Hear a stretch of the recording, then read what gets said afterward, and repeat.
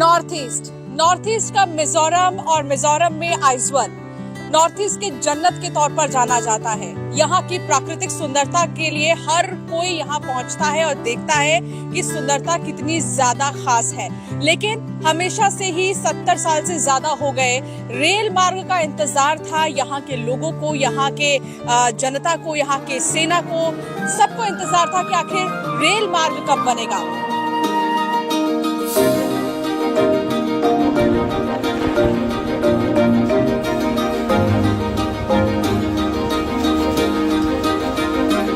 मिजोरम उत्तर पूर्व का मोती, जहां हर सुबह बादलों के बीच से झांकती है सूरज की किरणें,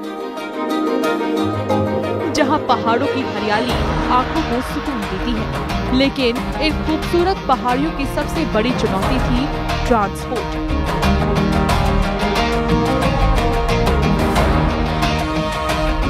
अब यही चुनौती रेलवे के जरिए अवसर में बदल चुकी है।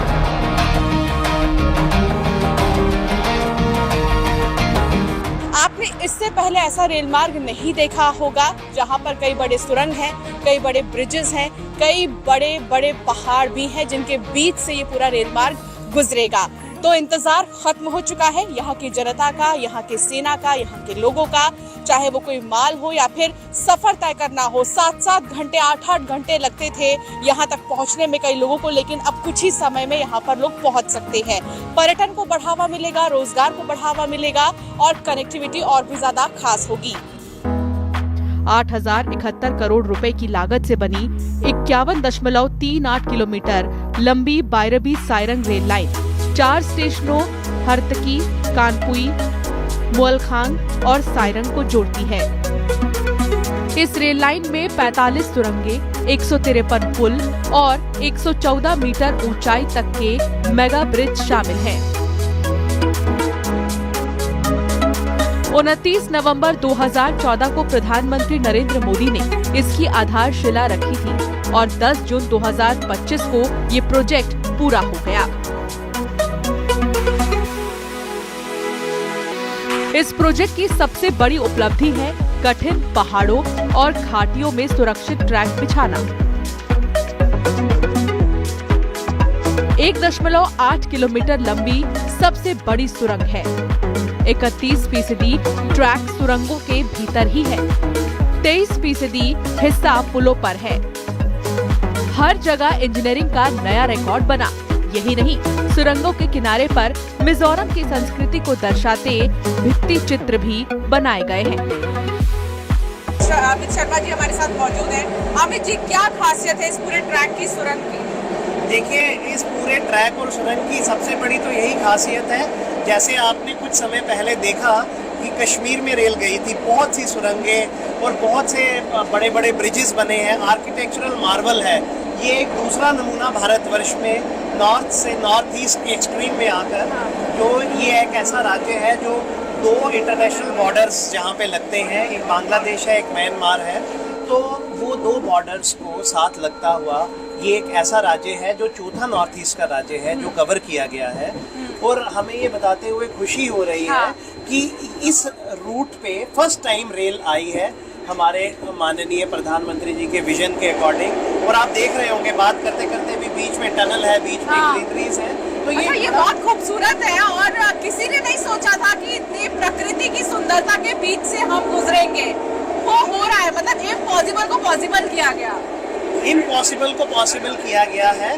तो ये प्राकृतिक सुंदरता देखते ही बनती है, एकदम विहंगम दृश्य है। टोटल ग्रीन्स हैं। मिजोरम इस चीज़ के लिए नोन है पूरे भारत में, पूरे विश्व में। तो उसको एक्सप्लोर करने का मौका हर भारतवासी को मिलेगा और रेल सबका माध्यम है। अच्छा सर, कितने टनल्स आएंगे, कितने ब्रिजेस आएंगे, एक बार उसके बारे में भी बता देते हैं। देखिए, number of tunnels and bridges आपको पूरा रेलवेज की टीम बता सकती है, but there are many tunnels and many bridges. 1 घंटे का जो हम रन कर रहे हैं, जो हमारा सायरंग स्टेशन जो हमारा मिजोरम में है और बैरबी लास्ट स्टेशन है, वहाँ तक आपको करीब 40-50 ऐसे दृश्य तो मुझे लगता है कम से कम दिखेंगे। अच्छा, सर, ये तो सबने देखा कि इतनी सुंदर जगह बन चुका है रेल ट्रैक, लेकिन चुनौतियाँ क्या थी, मुश्किलें क्या थी, उसके बारे में बताइए। देखिए, चुनौतियाँ तो बहुत ज़्यादा होती हैं, बिकॉज जैसे आप देखते हैं यहाँ पे सबसे बड़ा वर्किंग सीजन का रहता है, क्योंकि यहाँ पे बहुत देर मानसून बहुत लंबा होता है। अभी भी आप आए हैं तो आप देख रहे होंगे कि रेन और ये काफ़ी ज़्यादा वो रहता है, तो नेचुरली लैंडस्लाइड्स होती हैं और बहुत सी ऐसी चीज़ें हैं। यहाँ पे बनाना इतना आसान नहीं है, पर it is all about the grit and resolve of Indian railways. Hats off to them. तो इन्होंने पूरा पुरजोर तरीके से नॉर्थ ईस्टर्न फ्रंटियर रेलवेज ने टेढ़ी चोटी का जोर लगाकर 4-5 साल में इसको एक रियलिटी बना दिया, और हमें बहुत खुशी है कि अब यहाँ पे हर चीज में इसका बहुत बड़ा इम्पैक्ट रहने वाला है। तो ये कायाकल्प हुआ है पूरे नॉर्थ ईस्ट का, और आप देखिए कि कितने ही ब्रिजेस और कितने ही टनल्स अब तक हम देखे और उधर से हम गुजर रहे हैं। कभी किसी ने सोचा नहीं था कि आजादी के बाद अगर कायाकल्प होगा नॉर्थ ईस्ट का, खासतौर पर आइजोल का, जहां लोग नाम सुनते हैं आइजोल का तो बहुत सुंदर है, बहुत सुंदर है, लेकिन जाए कैसे। तो अब बिना सोचे समझिए आप आइए यहाँ पर, इस प्यारे प्यारे टनल से गुजरिए, ब्रिजेस से गुजरिए, सुंदरता देखिए, ग्रीनरी देखिए। और अब ग्रीनरी भी बहुत कम ही देखने को मिलती है बहुत सारी जगहों पर, लेकिन यहाँ तो जहाँ तक नजर जा रही है वहाँ सिर्फ ग्रीन ग्रीन और उसके बीच में ट्रेन। बिल्कुल टोटल ग्रीन कवर है। ये आपको भारत में एक यूनिक प्रिपोजिशन मिलेगा। ऐसा समीकरण कहीं पर हम दावे से बता सकते हैं पूरे भारत में हमारा घूमना होता है। टोटल ग्रीन कवर है, हर तरफ यहाँ पे आपको 12 महीने इसी तरह की ग्रीनरी दिखने वाली है, और साथ के साथ लोगों के लिए इतना बड़ा जीवन में सुधार आएगा। चाहे सब्जी, चाहे फल, चाहे कोई भी एसेंशियल जो गुड्स एंड सर्विसेज हैं, उनकी कीमतों में बहुत ज्यादा फर्क आने वाला है, जो कि एक आम आदमी को बहुत मदद करेगा। और सबसे बड़ी बात है, हिंदी का प्रचलन बढ़ेगा। बिल्कुल, और कनेक्टिविटी क्योंकि देखिए बहुत स्ट्रांग हो चुकी है, तो अब आप बिल्कुल भी मत सोचिए। नॉर्थ ईस्ट घूमने आ रहे हैं, जरूर आइए आइजोल में, इस खास ट्रेन में सफर कीजिए, अच्छे अच्छे नजारे का जरूर लुत्फ उठाइए। इस प्रोजेक्ट में छत्तीसगढ़ की भी अहम भूमिका रही है। बिलासपुर जोन यानी साउथ ईस्ट सेंट्रल रेलवे ने इंजीनियरिंग सपोर्ट, मशीनरी और विशेषज्ञ टीमें भेजी। रेलवे ट्रैक बिछाने में इस्तेमाल होने वाले गटर, लोहा और स्टील मटेरियल भी छत्तीसगढ़ से ही मिजोरम पहुंचाया गया। असम, पश्चिम बंगाल और मेघालय से भी तकनीकी उपकरण और निर्माण सामग्री लगातार सप्लाई होती रही।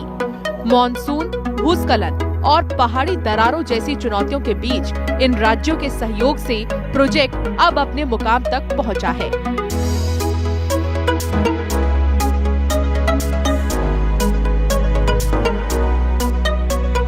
इस वक्त मैं सरांग ब्रिज में मौजूद हूं और आप देखिए कि कितना बेहद ही खूबसूरत जो है यहाँ का नज़ारा है। टनल को काट कर ये ब्रिज बनाया गया है। इसके साथ ही ये 114 मीटर ऊंचा जो है ये ब्रिज है, कुतुब मीनार से भी ऊंचा बताया जा रहा है। यहाँ का नज़ारा बेहद ही खूबसूरत है। पहाड़ों से घिरा ये ब्रिज अपने आप में आकर्षण का केंद्र है, और ये यहाँ का विहंगम दृश्य देखने के लिए जो लोग हैं वो यहाँ पर पहुँच रहे हैं। हमारे साथ दक्षिण पूर्व मध्य रेलवे के सीपीआरओ साहब हैं, उनसे जानेंगे कि आखिर कितनी चुनौतीपूर्ण ये वर्क रहा है, और इसके साथ ही छत्तीसगढ़ की क्या भूमिका रही है सर इसमें। जैसे आप अभी देख रहे हैं कि हम लोग ब्रिज नंबर 144 पे खड़े हैं। ये अभी इंडिया का टॉलेस्ट पायर ब्रिज है। इसकी हाइट 114 मीटर है, और इसको अगर हम कुतुब मीनार से कंपेयर करेंगे तो इसकी हाइट कुतुब मीनार से ऑलमोस्ट 43 मीटर ज़्यादा है। इससे आपको पता चलेगा कि इसको जो अभी पूछ रहे हैं आप डिफ़िकल्टी कितनी है, इससे आपको इसकी बनाने में जो डिफ़िकल्टी आई है उसको समझ में आएगा। इस एरिया, ये जो हमारा नॉर्थ ईस्ट का एरिया है जिसको हम बोलते हैं 7 सिस्टर्स, जो 7 स्टेट है, ये पूरे एरिया हिली एरिया है। यहाँ पे ये डिफ़िकल्ट टेरेन है, और यहाँ पे जो कनेक्टिविटी का इशू आता है, ऑल वेदर कनेक्टिविटी, जो रोड है, जैसे बारिश यहाँ पे बहुत ज़्यादा होती है तो रोड्स मानसून में बंद हो जाते हैं कई जगह लैंडस्लाइड की वजह से। तो इसका सोल्यूशन ये जो रेल कनेक्टिविटी है बायरंग से लेके साइरंग, ये जो मिज़ोरम का कैपिटल है आइजोल और मिज़ोरम स्टेट, इसके लिए ये सोल्यूशन है। ये जो लाइंस बन रही है एक्ट ईस्ट पॉलिसी के तहत बन रही है। इसके तहत जो हमारे 7 स्टेट है इनके कैपिटल्स को जोड़ा जा रहा है। इसका उद्देश्य यही है कि यहाँ पे ऑल वेदर कनेक्टिविटी मिल जाए। इसके साथ साथ जैसे कि आप सभी जानते हैं कि रेलवे एक सेफ इसका सेफ और कम खर्चे में ट्रांसपोर्ट है फैसिलिटी है, तो ये सारी फैसिलिटी अवेलेबल कराएगा। साथ में ही इसके साथ साथ यहाँ के लोगों को हमारे देश के विभिन्न भागों में जाने के लिए, जैसे वो अगर एजुकेशन के लिए जाना चाहता है, कोई है मेडिकल ट्रीटमेंट के लिए जाना चाहता है, एम्प्लॉयमेंट के लिए, तो ये रेल लाइन उसके लिए ऑप्शन अवेलेबल करवा के देती है। साथ ही यहाँ पे जो फॉरेस्ट प्रोड्यूस है यहाँ पे, या यहाँ के जो ट्राइबल प्रोडक्ट्स है, इसके लिए हमारे देश के बाकी भागों का मार्केट ओपन हो जाएगा। और हमारे जो दूसरे भागों के जो हमारे भारतीय लोग हैं, हमारे जो देश बांधव है, वो यहाँ पे आना चाहते हैं एज टूरिस्ट, तो उनके लिए हवाई यात्रा के अलावा एक अच्छा ऑप्शन अवेलेबल हो जाएगा। बिल्कुल सर, एक बात ये जानना है कि बताया जा रहा है कि यहाँ पर छत्तीसगढ़ की भी अहम भूमिका रही है। लोहे जो पटरी है शायद वो वहाँ से भेजी गई है। टेक्निकल रूप से भी बहुत सारे चीज़ों पर यहाँ हम छत्तीसगढ़ ने सहयोग किया, तो किस तरीके से भूमिका रही है? जैसे ये नेशनल प्रोजेक्ट है और ये बहुत बड़े पैमाने पे हुआ है, तो इसमें जैसे हम लोग ये ब्रिज पे खड़े हैं, इसके गर्डल स्टील्स के लोहे के बने वाले हैं। तो जो हमारा छत्तीसगढ़ है ये माइनिंग के लिए जाना जाता है। हमारे यहाँ लोहा है, सेल जैसी फैक्ट्रीज़ है, सीमेंट फैक्ट्रीज़ है। तो यहाँ हमारे जो छत्तीसगढ़ के प्रोडक्ट्स है, लोहा जैसे रेल है, बाजू में जो रेल लगा है, ये सारे प्रोडक्ट्स हमारे छत्तीसगढ़ झारखंड एरिया से आए हैं। और दूसरा वो देखेंगे कि जो गर्डर्स है, कुछ प्री फैब्रिकेटेड गर्डर्स भी उस एरिया से लाए गए। सर, सैन्य बल को किस तरीके से ताकत मिलेगी? जैसे हम यहाँ से देख सकते हैं, अगर हम मिज़ोरम का मैप देखेंगे तो ये दो इंटरनेशनल यहाँ पे बॉर्डर्स है। एक साइड में म्यांमार है और एक तरफ बांग्लादेश है। और इस एरिया की डिफ़िकल्टी और स्ट्रैटेजिक लोकेशन देखते हुए रेल हमारे जो सैनिक दल हैं उनके लिए भी ट्रांसपोर्ट के लिए एक बहुत अच्छा और रिलायबल ऑप्शन है।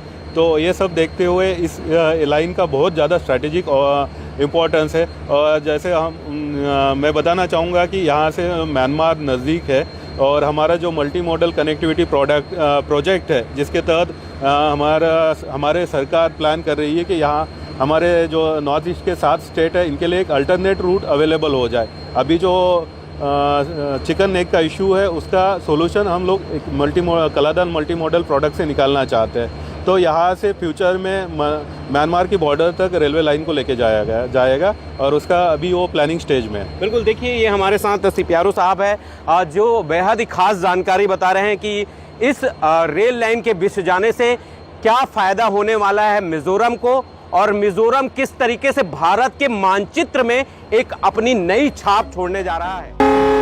अब आइजोल से सिलचर, गुवाहाटी और दिल्ली तक की दूरी आसान होगी। सड़क से 7 घंटे का सफर अब ट्रेन से सिर्फ 3 घंटे में पूरा होगा। गुवाहाटी 12 घंटे और दिल्ली सिर्फ 48 घंटे में पहुंचा जा सकेगा।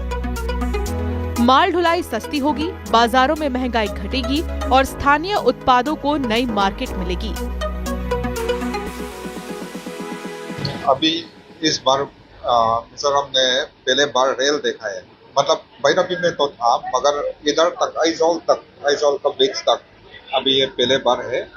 और तो इसका मतलब है कि बारिश बहुत है हमारा स्टेट में, तो ये रोड वेज बहुत खराब होता है।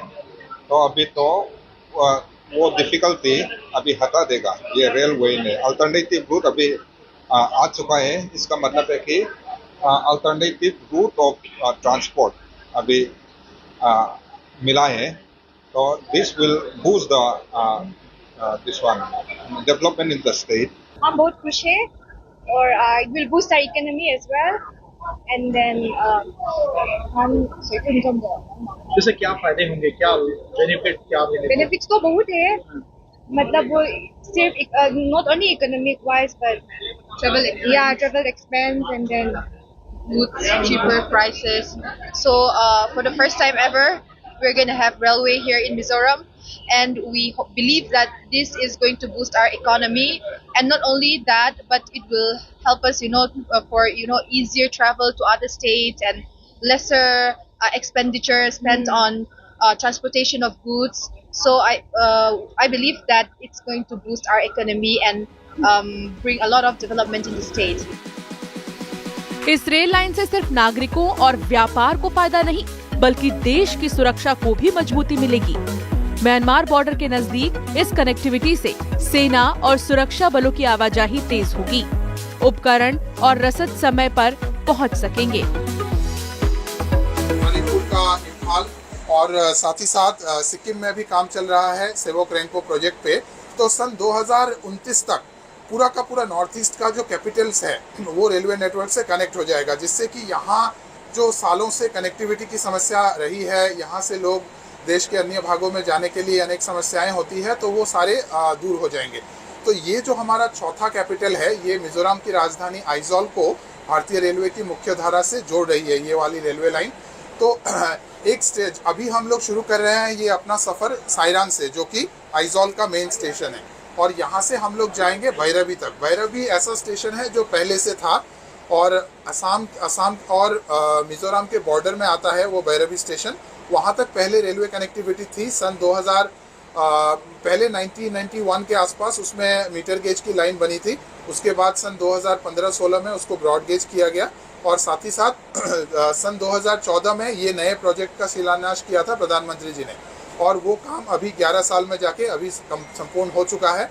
और अब हम भैरवी से आगे 51.38 किलोमीटर का ये पूरा रेलवे लाइन बनके तैयार है। और हम इस रेलवे लाइन का फ़ायदा ये है कि पहले हम आइजॉल से अगर सिलचर जाना चाहते हैं, जो कि असम का यहाँ का nearby most major town है, तो वहाँ जाने के लिए कम से कम 7 घंटे लगते थे बाई रोड, क्योंकि रास्ते कई बार ख़राब रहते थे, बारिश का मौसम भी रहता था। तो अभी ये रेलवे लाइन से हम 3 घंटे में सिलचर पहुँच पाएंगे। सिमिलरली सिलचर के आगे और हम जाएं तो गुवाहाटी पहले 18 से 19 घंटे लगते थे बाई रोड, वो अभी हम 12 घंटे में तय कर लेंगे उसकी दूरी। और इसके अलावा भी बाकी हम अगर सामरिक दृष्टिकोण से भी देखें तो भी ये महत्वपूर्ण हो जाता है, क्योंकि एक बॉर्डर स्टेट है, इसका बांग्लादेश और म्यांमार के साथ बॉर्डर पड़ता है। तो क्योंकि देश का जो स्ट्रेटेजिक हमारा सिक्योरिटी पॉइंट ऑफ व्यू से ये भी महत्वपूर्ण हो जाता है, जो हमारी सेनाएं हैं या अर्धसेना बल है वो यहाँ पहुँचने में और आसानी हो जाएगी, जो कि पहले बहुत मुश्किल होता था। और यहाँ के लोगों के लिए भी ये बहुत इम्पॉर्टेंट है, क्योंकि यहाँ के स्टूडेंट्स बाहर पढ़ने जाते हैं तो उनको बहुत समस्या होती है। उसके अलावा मेडिकल फैसिलिटी के लिए लोग यहाँ से सिलचर, गुवाहाटी या अन्य राज्यों में जाते हैं। तो अब ये सारी समस्याएं दूर हो जाएंगी, क्योंकि बहुत आसानी से, सुरक्षित तरीके से और साथ ही साथ रिलायबल तरीके से पहुँच पाएंगे। क्योंकि ये जो रेलवे लाइन बनाया गया है, इसमें सारा ध्यान रखा गया है कि इसका अलाइनमेंट भी ऐसा है कि पूरा पहाड़ों के बीच से होते हुए जा रहा है, ताकि जो लैंडस्लाइड वगैरह की समस्याएं हैं वो कम से कम हो। टनल्स बनाए गए हैं और जो प्रोटेक्शन वर्क्स किए गए हैं, अभी हम देखेंगे बहुत एक्सटेंसिव किया गया है, क्योंकि ये अर्थक्वेक का जोन 5 में भी आता है। तो क्योंकि अर्थक्वेक वाला चैलेंज भी है, तो उस हिसाब से भी इसको डिज़ाइन किया गया है। जो 55 बड़े पुल है ये पूरे प्रोजेक्ट में, अभी हम जाएंगे ब्रिज नंबर 144। इसका ब्रिज नंबर 196 भी कहा जाता है। एक्चुअली पहला नंबर था इसका 196, अब चेंज होके 144 हो गया है। तो उस ब्रिज की खासियत है कि ये भारत का आज के डेट में सबसे ऊंचा पियर ब्रिज है। अभी कुछ दिनों बाद मणिपुर में एक इससे भी ऊंचा ब्रिज बन रहा है, नोने ब्रिज, तब ये भारत का सेकेंड टॉलेस्ट पियर ब्रिज बन जाएगा। इसका बेड लेवल से 114 मीटर की ऊंचाई है वो ब्रिज का, जिसमें अभी हम जाएंगे बस इमीडिएटली। और वैसे लंबाई बहुत ज़्यादा नहीं है, 385 मीटर का है, लेकिन खासियत वही है कि उसकी ऊंचाई जो है वो 114 मीटर है, जो कि कुतुब मीनार से भी 42 मीटर और ऊंचा है। और इस प्रकार के कई पुल है। एक और पुल हम जाएंगे जो कि ब्रिज नंबर 97 है, जो मिजोरम का सबसे लंबा पुल है, जो करीब 750 मीटर का लंबाई है उसमें, और उसका भी हाइट जो है वो 92 मीटर है। और जो यहाँ का नेशनल हाईवे है वो उसके नीचे से होते हुए जाती है, तो वो भी हम देखेंगे।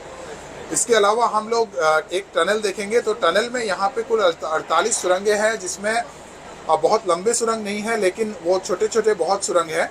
और उसमें हम लोग यहाँ का जो लोकल कला संस्कृति है उसको दर्शाया गया है। जो वहाँ के वॉल्स है, उन वॉलों में यहाँ का जो लोकल कल्चर है उसको डिपिक्ट किया गया है, ताकि यहाँ जो पर्यटक यहाँ पे आते हैं और वो लोग देख पाएँ उस सभी चीज़ों को।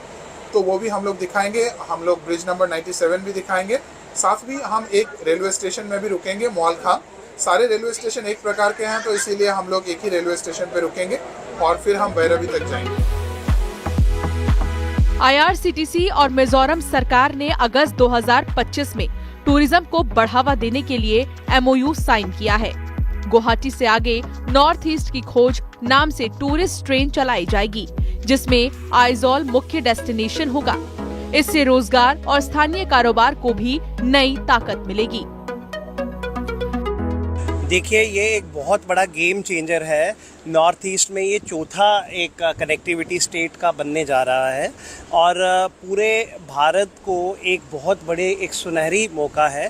पूरे मिज़ोरम को एक्सप्लोर करने का, पर्यटन के दृष्टिकोण से, बिजनेस के दृष्टिकोण से और कनेक्ट लाने के दृष्टिकोण से। आप देखिए, जो आप आज रोड कंडीशन देखेंगे, ये स्टेट हाईवे है जो सिलचर से कनेक्ट होता है हमारा आइजोल का। आप खुद सीइंग इज़ बिलीविंग। आप देखिए कि किस तरह से गाड़ियां खड़ा है और कितना लंबा यहाँ पे छोटा सा डिस्टेंस कवर करने के लिए 10-10, 12-12 घंटा लग जाता है, 200 किलोमीटर। तो इन्हीं परिस्थितियों को देखते हुए जब एक बार रेल 12 महीने के लिए यहाँ पे कनेक्ट हो जाएगी, यानी कि लोगों को ऑल वेदर कनेक्टिविटी मिल रहा है, अनदर मीडियम ऑफ कम्यूटेशन मिल रहा है, चाहे किसी को इंटरव्यू देने जाना है, चाहे किसी को बेरोजगार को नौकरी के लिए जाना है, कलकत्ता जाना है, गुवाहाटी जाना है, दिल्ली जाना है, तो अब वो पूरे भारत में अपने आप को बहुत इजीली, या भारत के मध्य में जाना है तो अपने आप को पहुंचा सकते हैं। और चाहे आप बोलिए गुड्स एंड सर्विसेज, चाहे फल है, चाहे सब्जी है, चाहे एसेंशियल सर्विसेज है, तो वो सब बहुत फर्क पड़ने वाला है। बिल्कुल जो पूरे भारत में कॉम्पिटिटिव रेट्स है, वही अब मिजोरम के लोगों को भी इसी तरह से प्रदान हो। रेलवे इस परियोजना को आगे बढ़ाकर म्यांमार बॉर्डर तक ले जाने की योजना पर काम कर रहा है। बहुत जल्द सर्वे पूरा कर डीपीआर केंद्र को सौंप दी जाएगी। अभी शुरुआत में 2 से 3 ट्रेनें चलाने की योजना है। गुवाहाटी और दिल्ली तक ट्रेनें प्राथमिकता पर रहेंगी। आगे चलकर राजधानी एक्सप्रेस और वंदे भारत की उम्मीद भी जताई जा रही है। मिजोरम का ये ड्रीम प्रोजेक्ट अब अपनी मंजिल पर पहुंच चुका है। सुरंगें पूरी हो चुकी हैं, ट्रैक बिछ चुका है और टेस्ट रन भी सफल रहा है। अब इस ऐतिहासिक घड़ी का इंतजार खत्म होने जा रहा है। 13 सितंबर को प्रधानमंत्री नरेंद्र मोदी आइजोल को ये बड़ी सौगात देने जा रहे हैं। ये सिर्फ रेल लाइन का उद्घाटन नहीं होगा, बल्कि उत्तर पूर्व को भारत की मुख्य धारा से जोड़ने वाली विकास की सबसे मजबूत डोर होगी। तो आपने देखा मिजोरम की ये खूबसूरती, यहाँ के विकास का ये संगम। ये रेल लाइन केवल लोहे की पटरियां नहीं, बल्कि भारत की एकता, तरक्की और सामरिक शक्ति की एक नई लकीर है।